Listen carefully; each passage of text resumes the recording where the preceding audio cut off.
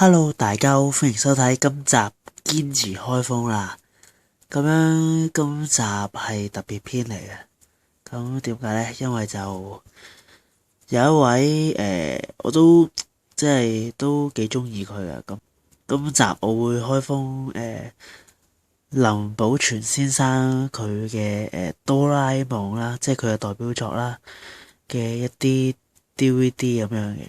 咁如果你睇到呢條片呢，你都應該即係都知道1月嘅2號，即係1月2日呢，就阿林先生呢就離開咗我哋咁樣。咁其實呢，當初聽到呢個消息呢，係真係接受唔到嘅。咁因為就我嗰陣時返工啦，咁就屋企人就send 咗個WhatsApp 俾我，話咦邊個唔喺度喎咁樣。之後其實嗰下係即係因為好難接受到嘅，就係因為佢喺2014年嘅12月嗰陣時，大約係嗰段時間啦，就好似 Yahoo 先至登咗佢一個嘅訪問咁樣，即係行得走得好地地咁樣啦，即係諗唔到咁快脆佢就離開我哋咁樣咯。即係其實聲預咗係會換嘅，但係就估唔到咁快脆咯。其實應該係即係就算係換聲都應該20年之後，係咪先？即係我覺得太快啦，佢走得真係。同埋嗰日之後就到咗即係其實係我唔知點解啦，我係瞓唔着咯，即係好似到即係嗰一日之後，星期六諗翻嚟，半夜醒咗，睇翻即係即係嗰個 Stand By Me 嗰個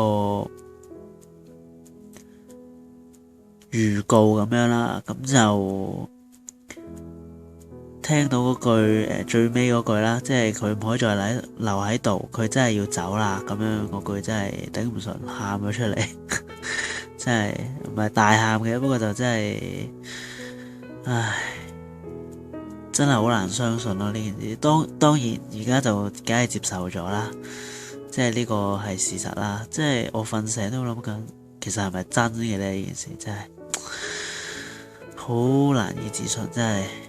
不過咁係啦，而家都過去咗啦。咁遲啲我會買佢嘅紀念冊咁樣嘅。好啦，咁我哋繼續先。咁樣由於時間關係咧，呢一個太陽王傳說咧就同埋貓狗時空傳啦，仲有宇宙漂流記啦，我已經係開封咗啦，因為我係喺另外一度買嘅，即係呢3隻。咁呢一餅碟咧就係即係嗰呢3隻咧。咁呢3隻咧就係喺嗰個即係賣中古品啦，即係佢咩都有嘅，即係倉底貨又有甚至係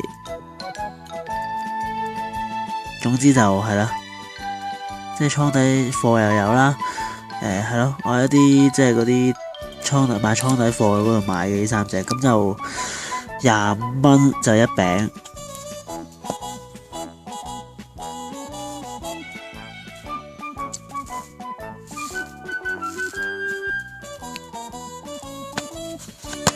咁呢個隻碟咧就係咁嘅，冇乜色彩。咁然之後呢餅宇宙漂流記咧，以前我係買過VCD 啊。咁因為睇 DVD 嘅緣故咧，咁就買翻一個 DVD 啦。因為咧希望一個闊即係16:9啦，就闊螢幕。但係點知最後咧佢係 Little Box 嘅，不過就佢俾VCD 清啦，所以我最後都係決定買咁樣咯。咁裏邊隻碟咧就係咁樣嘅，就好雷射，即係好雷射 feel 咁樣啦，就好似塊鏡咁樣。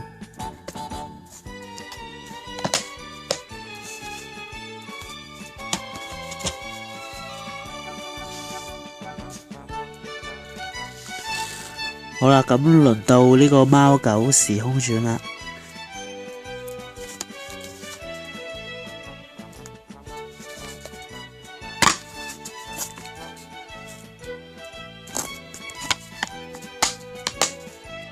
好啦，咁樣呢9隻碟呢，就係我喺7號買嘅，咁嗰3隻碟呢，就係喺6號買嘅。咁係啦，我哋而家開封佢睇下先。好啦，咁樣喺呢9隻碟裏邊呢，就有《逆之勇者》啦，《機械人王國》啦，《惑星之謎》啦，《雲之國》啦，《天方夜譚》、《迷宮之旅》、《夢幻三劍士》呢一個呢，就我以前呢細個好中意去租帶睇嘅，係啦。咁我記得呢係講好似係白雲戰士嘅，咁仲有風之使者啦，同埋大雄的恐龍嘅重製版嚟嘅。其實呢個係我記得以前呢租 LC 即係 LD 嗰啲叫做即係大碟，就係都係林先生佢配音咁樣嘅，但係嗰個大雄呢，就係唔知邊個配嘅。通常呢，以前嘅電影呢，就係揾翻嗰個主角，即係最主要嘅主角咯。即係其他嗰啲人類呢，就係揾其他配音員去配咁樣嘅。所以如果你哋有嗰啲即係以前買嗰啲 VCD 呢，即係寫住叮當啊，其實呢啲係珍藏嘅。我想同你講，而家係冇得買，已經絕咗版嘅。即係我記得有《西遊記》㗎嘛，《西遊記》就嗰陣時係換咗人配嘅，即係第2代嘅叮當就郭先生郭立文配嘅。咁就我都有餅錄影帶嘅嗰陣時係，不過唔知擺咗去邊啦而家。係啦，咁就好啦，我哋而家拆咗包裝先啦。好啦，咁樣呢，我就會首先講下即係我會俾大家呢睇下《逆之勇者》先。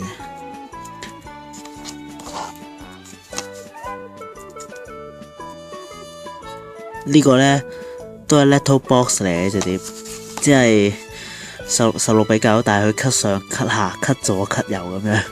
其實我就唔係咁中意咁樣嘅。咁裏面隻碟呢，就係咁嘅啦。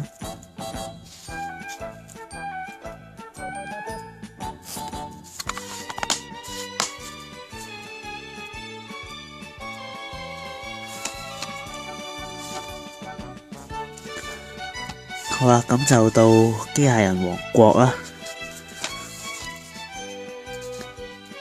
咁其實呢，以前呢好興呢，就係呢電影呢就即係一班人咁樣啦，然之後呢電視呢有另外一班人咁樣，即係當然主角呢，佢係會大多數係一樣咯，但係有啲配角呢就會唔一樣嘅。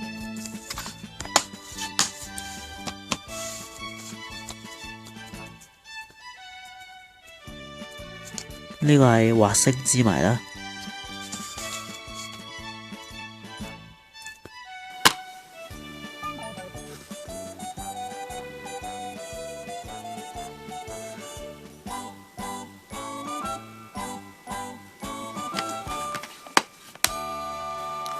好啦，咁輪到雲之國啦。嗰陣時咧，我喺 YouTube 咧見到咧有啲人咧就放過舊版嘅上去嘅，咁都係阿林先生佢配嘅嗰隻叮當。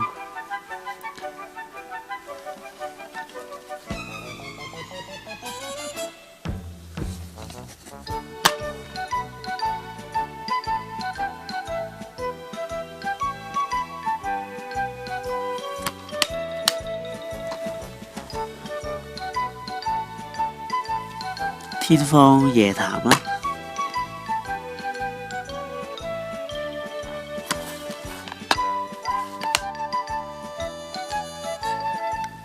嗰陣時咧，細細個咧成日租帶睇嘅。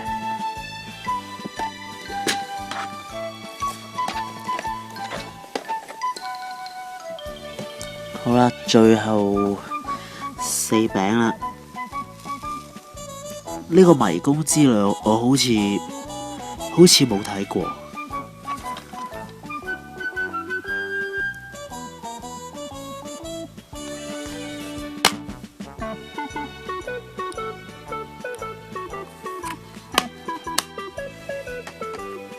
嗱，呢個啦，白雲劍士啊，係嘛？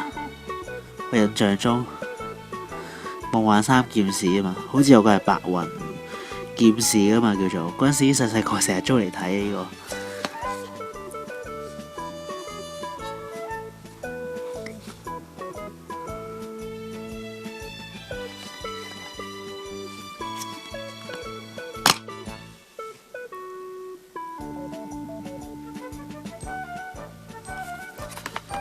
其實咧呢個版呢，同埋後邊呢一個風之使者呢，我見過呢係有嗰個第一個版本咯，即係呢好靚，有晒一啲閃粉咁樣啊，並唔係啲咩翻版咁樣咯，係真係正版嚟啊。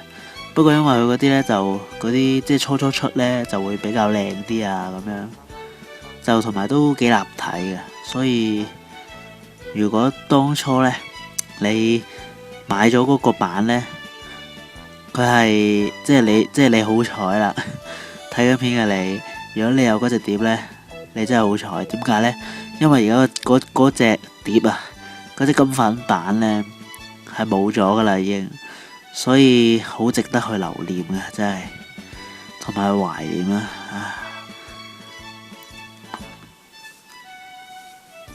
咁風之使者啦。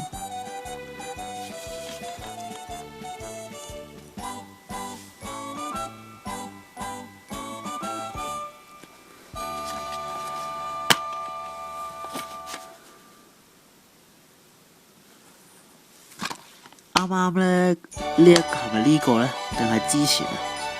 總之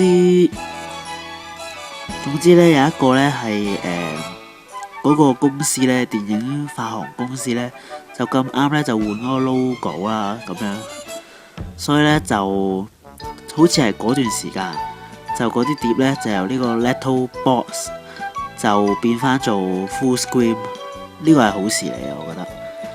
咁同埋我印象中咧，呢套好似啊，就係娟姐最後一套嘅電影嚟嘅。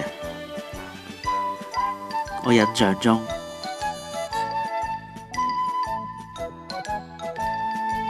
然之後嗰陣時咧，電視台咧係揾第一代大雄配嘅，所以就出咗兩個版本出嚟。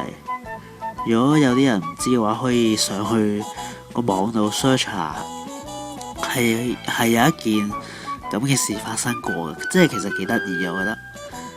即係雖然佢哋係把聲似，但係佢哋係配出唔同嘅大雄出嚟嘅，嗰陣時係。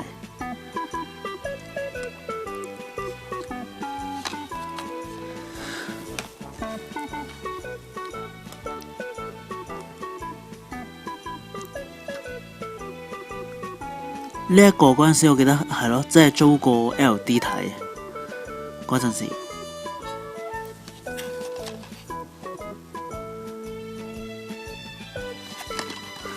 呢個大雄的恐龍，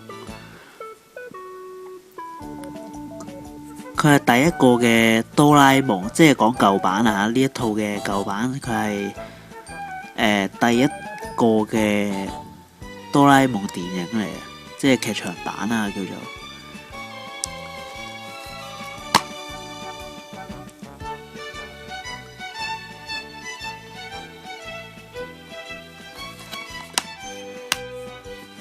係啦。咁講翻先啦，就哆啦 A 夢電影呢，我睇翻個上映嘅次序呢，應該係呢套先嘅，然之後先到呢套嘅。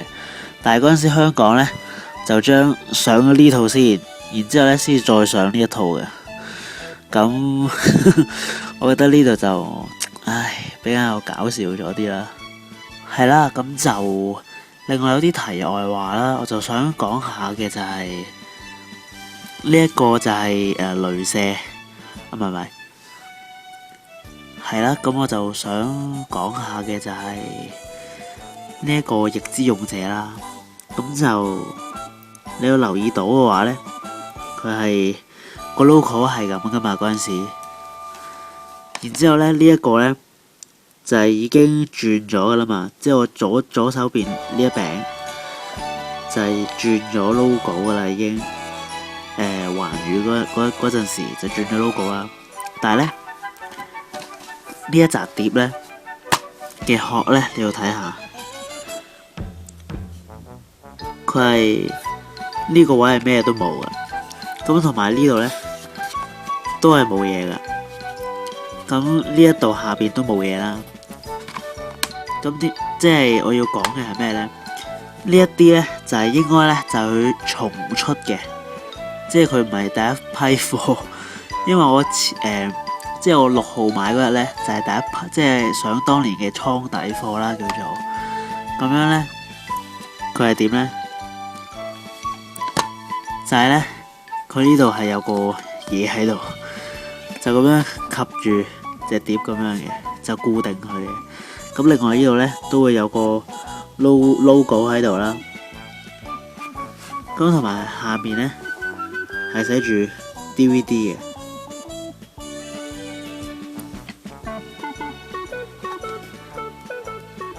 就係咁啦。另外就我唔知道新出嘅，因為我呢啲係我嗰兩隻碟係即係倉底貨啦。咁就我唔知道佢新出嘅有冇彩色咯，即係呢個太陽王傳說同埋呢個宇宙漂流記。如果有嘅話，希望大家觀眾可以即係拍翻段片俾我睇咁樣，因為我都想了解下。咁係啦，呢一度只係其中一部分啦。咁如果有機會嘅話，我係會再買埋另外嗰，因為我聽講呢，就香港出嘅碟呢就出唔晒嘅嗰個電影，咁係出咗一部分啦。咁其實都係復刻咗一部分咁樣嘅啫。咁就有啲比較新嗰啲，我遲啲都會買埋。咁樣我遲啲都會買埋嗰啲收藏咁樣嘅，因為除咗係咯，即係為咗即係懷念一個即係好經典咯。即係其實叮當即係哆啦 A 夢啦，就已經其實係代表咗阿林先生噶啦。即係其實佢哋係即係好難取代到啊！即係曾經都雖然話有第二代叮當啦，但係就都係第一代叮當，真係難以取代嘅呢個位。咁今集嘅時間又差唔多啦。如果你中意呢一條片，你可以 like 啦，或者 share 俾你嘅朋友咁樣。咁好啦，咁多位觀眾，我哋下集再見啦，拜拜。